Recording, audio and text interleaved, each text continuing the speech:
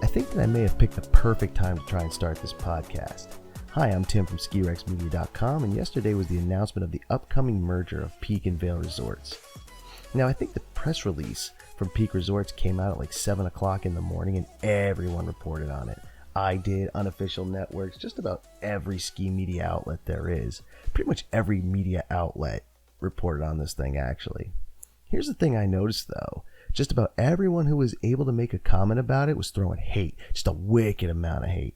And I guess some of it could be understandable. I mean, people are worried about what might happen to their local home mountains, which I get, but I'm here to help put your mind at ease because it's going to be fine. Now, just to give a quick overview of the story, Peak Resorts runs 17 mountains spanning the Northeast, the Mid-Atlantic, and the Midwest. And although Vail Resorts does have a handful of New England mountains, most of their properties are in the West, not to mention the ones they have in other countries. So the merger really is just a way for Vail to expand into new territory, which is not an uncommon business move. With all that said, though, let's take a look at why people seem to have issues with this and why they are throwing all kinds of hate and negativity at this. Now, it's not everyone. It just seemed as if at one point it looked like there were more people that were on the negative side of this than the positive side. It looked like more people thought this was a horrible thing to have happen than people who were in agreement with it. The first issue that I noticed people were having with this is that it could cause a loss in skier numbers in the East. Even Magic Mountain in Vermont took a shot at that on their Twitter. But I'll tell you, I don't think anybody's going to go anywhere. The Epic Pass, which is Vail Resort's mega pass, it's their mega season pass, you can visit any of their mountains. The Epic Pass has already been around a while, and it isn't like people in the East couldn't get it. Anyone who lived here, anyone who skied here could have bought one and headed out west at any time, but they didn't. I mean, sticking with the example from Vermont, there are already two epic mountains there, Stowe and Okemo, and having those two there didn't drive anyone away. I mean, we could take that one step further with Stratton being in the same area, and that's an icon mountain. And then, in sight from Stratton Mountain is Bromley. That's not a part of either of them. It's not a part of any of the big corporations. And everybody still had plenty of skier visits. There's also a pretty loyal following to the idea of Ski the East. And I don't think mountains changing hands are going to change that idea. People have a little too much pride in some cases with Ski in the East. So I don't think they're going to go anywhere. I don't think it's going to cause anyone to lose skiers. I think everybody's going to have just as many skier visits as they do on average anyway. But that leads us to the next issue that I saw being tossed around, and it's actually the exact opposite. People are worried that it's going to bring the numbers way up and that these mountains are going to be overcrowded. And there might be a little bit of truth in that, but I don't think it's going to be so bad that there'll be these apocalyptic lift lines that are going to ruin these places. It is true that the mega passes have boosted skier visits since the price on those is really good. But then again, I don't think it's going to be all that bad. I mean, of course, there's going to be a slight increase in those regions now that the Epic Mountains will be more available with the acquisition of Peak. But I don't think everyone out west who has an Epic Pass is going to make the trek across the country. I mean, of course, there's going to be those who will make a road trip here to the east for the fun of it because of what their pass covers. But I'm thinking that's going to be a really small percentage of people. And now that I think about it, there is the example of Arapahoe Basin splitting from Vail because of crowding issues. I mean, they got to the point where they were turning people away. But it's also in Colorado. It's a great mountain. It's kind of a destination. It could just be from reputation. But we won't know the truth about that until next season We'll have to see what their attendance numbers are for 2019 and 2020, since that's going to be the first year in a few that they haven't been on the Epic Pass. And also, like I said, that's a different animal than the mountains here in the East. As much as I and every other East Coast skier hates to admit, this area just isn't the destination that the West is. We're not the Rocky Mountains. We're not the Sierras. We just don't have, people coming from that side of the country to here as often. So I wouldn't, even with the more epic mountains in the area, I really don't see overcrowding being too much of a problem. The next issue that seems to have people a little outraged is that the Peak Mountains are going to start charging Vail-like prices for day tickets. And this one's actually easy to deal with. Some of them already do. I mean, nobody charges as much as Vail Ski Resort, the mountain in Vail. As far as the company goes, I don't think their mountains charge any more than anyone else really, within, I know it's kind of stupid to say within reason because some of the tickets are kind of expensive, but just follow me on this one. In the case of the Vermont Mountain Stone Okemo, I'm pretty sure they were already charging between $85 and $100 for a ticket depending on the day, weekend or weekday. And again, unless I'm mistaken, I'm fairly certain Mount Snow, which is a peak mountain, was already up around that price point too. Day tickets have been on the rise for a very long time, and it could be argued that the Mega Pass has driven those prices up even faster, but they were always going to go up. We've seen it for years, the prices going up. Even the small mountains that aren't part of any of these large ski corporations were getting high in price. I skied a mountain called Seven Springs in western Pennsylvania a few years back, and I think that was like $75 for a day ticket. And that mountain was really small.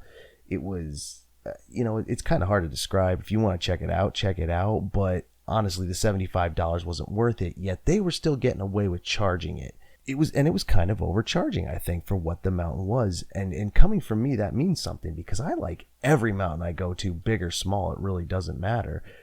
But like I said, it didn't belong, or it doesn't belong to any of these big ski corporations, and yet it was still throwing down $75 a ticket. I mean, it's kind of hard to find a ticket these days, a day ticket for $50 or less. Having said that, Vail knows something about this business to achieve what they have. They're not going to jack prices in a stupid way. In fact, while I was saying this here, I looked up Mad River Mountain in Ohio. That's one of the peak mountains that's going to Vail. Their most expensive ticket is just under $50. So finding a ticket around that price point is a little bit easier than I thought. You just have to go to Ohio to do it. But anyway, the people at Vail Resorts that make the pricing decisions aren't going to try and jack the prices of a hill like that, which is a small hill. Even compared to some of the other peak mountains, it's a small hill. They're not going to try and charge $100 for a day ticket, even with it being on their Mega Pass. That would just be foolish for them, because even though they're hoping everybody buys a pass, not everybody's going to, and only the real resorts that can get away with that are going to get away with that. So I wouldn't worry about the prices going up too high. I mean, they're going to get up there anyway, and I really don't think this will drive them up anymore just because Vail owns them. Like I said, Vail, the mountain itself, we all know caters to the rich and famous, and we do know that some of the other resorts do cater more to the elitist ski type, but I don't think it's going to drive it up to these insane prices. It's going to make it impossible to go. And that brings us to the last thing I see in all this, and I think it really is just the hater culture encroaching on the ski bum lifestyle, or even the ski elitist lifestyle. And we see that culture all over the place now. I mean, outside of skiing, I'm a fan of sci-fi, fantasy, nerd shit, and movies and television. And we see haters and toxic fans all over the place. You hear about it all the time in those things. We hear about it with the Star Wars movies. We hear about it with the Marvel movies. I'm sure the DC fans do it too. And I mean, they aren't as big of a deal as someone make them out to be, but they are there. They're just louder than, the actual fans. So I'm pretty sure some of the people that have talked bad about this merger are part of that group. Yes, they're ski fans. Yes, they're enthusiasts. But they're just part of a group of people that are out there that just hates everything, good or bad. It just doesn't matter. I mean, some are legit. Some really have these strong hater opinions. And I kind of get it. That I was like that once too. But then, there's really no need for it. And then some do it just because it's cool to be the guy who hates on something. You don't want to be the guy who agrees with it. It almost feels like you're in with the establishment, in with the man. And, no, I don't want to say nobody wants to be that guy, but, some people are really against being that guy and they just have to be haters.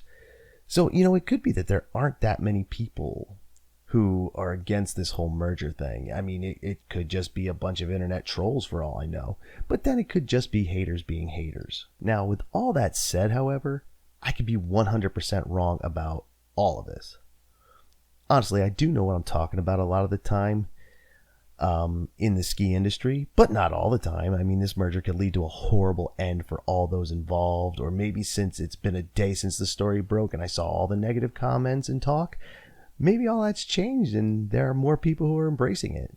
Maybe, just maybe, I don't know what I'm talking about at all, and all that ski industry and business learning I've done over the years doesn't mean jack. It's totally possible. In fact, let's take this merger one step further and see how much I really don't know about what I'm talking about. Now, I'm going to go kind of local for this one. I've said it a few times on Ski Rex media posts on the website and on the social media pages. Don't forget to like and follow and all that good stuff and share. But I've said in those places that I'm from Vermont, that I learned to ski in Vermont, that I grew up in Vermont, that I worked at Mount Snow for a bunch of years during that time. If I didn't say it before, by the way, Mount Snow is currently part of Peak Resorts, is going to be epic as part of the merger. Now, this is how local I'm going to go with this, though. I'm going to go right up the road from Mount Snow and talk about Haystack. And this is going to seem like it has nothing to do with the merger, but follow me. Haystack for many years was part of Mount Snow, and I think it's time that happens again. Now, you see, Haystack is right now part of the Hermitage Club, which uses Haystack as a private mountain. It's a place you buy a condo and you can ski and golf at Haystack. It has a golf course too. But the club fell apart when it was mismanaged. And I mean, it was just run poorly, and as a result, was shut down by the state for tax issues, which is only one of the problems the place was having. So as of right now, there's a group trying to save the company and keep the Hermitage Club going. I don't know much about that because I think they should just let it die. I mean, I get why the owners of the condos might want to see it make a comeback. They don't want to take a loss. They've tried to invest in something that they actually don't have, and they'd probably like to get their money out of it, or at least their money's worth out of it. And they want to keep their condos and just let another company run it. I think Vail Resorts should take the ride up the road from Mount Snow to Haystack and just throw down the cash for it. People could keep their condos. They can do whatever deal they have to do so people still have that, sell those off to its own managing company. I think Vail Resorts could bring this mountain back and make it public again. Now, if you were to say that these statements are biased, you're right. Though I understand the business model of a private ski hill, I don't agree with it. I'm fairly certain there's more money to be made in public hills, and I think Haystack was a good run. I was really fond of that mountain. Mount Snow, when I worked there, would use it as an overflow mountain for weekends and holidays, and my group of friends and I would love going over there. The terrain was nice, the lodge was nice, the lifts were decent, and it was quiet. Because it was an overflow mountain and not used often, not everybody went over there. More emphasis was put into Mount Snow by the companies who owned the mountains at the time. But there was also a time when it was rumored that, and this was during the American Skiing Company days in the late 90s, that there was talk of cutting trails and connecting Haystack and Mount Snow. Now, that can make a single resort large enough to rival the size of Killington, which is the current owner of the title biggest in the East. Actually, funny side note, the head of the American Ski Company, Les Auten, he's actually working on another project in northern New Hampshire that it might cut new trails. I don't know a lot about it, but they might cut a bunch of trails and change their mountain up, and that might rival Killington. So that guy might actually get the biggest in the East at some point. Well, he did have it because Killington at that time was part of the American Skiing Company too. So, he's already had the biggest in the East. He might have the biggest in the East again. But anyway, the point of that was that Mount Snow combined with Haystack cutting those trails would be the biggest in the East. It could actually be one of the biggest in the country, maybe? Nah, well, yeah, actually it would be. Anyway, that doesn't matter. I personally say Vail has the resources to get that done. I say let it happen. I mean, of course, it's probably not going to happen, but I think it should. I think it should anyway. And like I said, it's biased. But again, I may have no idea what I'm talking about. But whether I do know what I'm talking about or I don't, I thank you for listening to me talk. If you have any thoughts on this topic or any other topic having to do with skiing, snowboarding, or winter sports, or even other mountain or action sports for the summer like hiking, mountain bike, or whatnot, head to skirexmedia.com. There's a contact form at the bottom of the main page. Or you can head to Facebook or Twitter and search out Ski Rex Media on either platform. I'll try to answer any and all messages sent to me in any of those ways. All this will be linked in the description for the episode as well. There's also the option of commenting on this episode in the usual way. Just don't be dicks, alright? It's my first time, so be gentle, okay? Aside from all that, thanks again for listening. Remember to like, share, subscribe, and comment or contact me, especially if you like this, and then I'll do more.